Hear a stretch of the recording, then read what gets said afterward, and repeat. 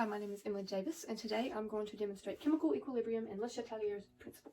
Chemical equilibrium occurs when a reaction and its reverse reaction occurs at the same rate. This means that reactants can form products, and products can immediately form reactants at the same rate. The concentrations of the reactants and products remain the same, and this is represented by the equilibrium constant denoted by Kc. To illustrate chemical equilibrium, my friend and I are racing to fill in our sides of the circle. The blue represents the amount of reactants, while the red represents the products. As you can see, with us filling in the circle at the same rate, this is the same way that a reaction will proceed in both the forward and backward direction in order to maintain equilibrium.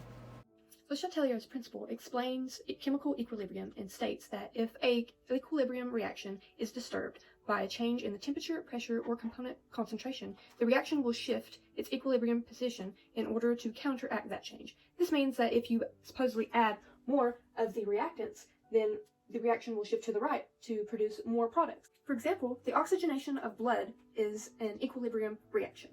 Hemoglobin is a protein that carries blood throughout your body, and it can bind to oxygen.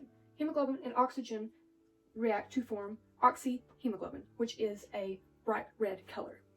In the lungs, when the oxygen concentration is high, the reaction will shift to the right and create more oxyhemoglobin, which makes your blood turn red.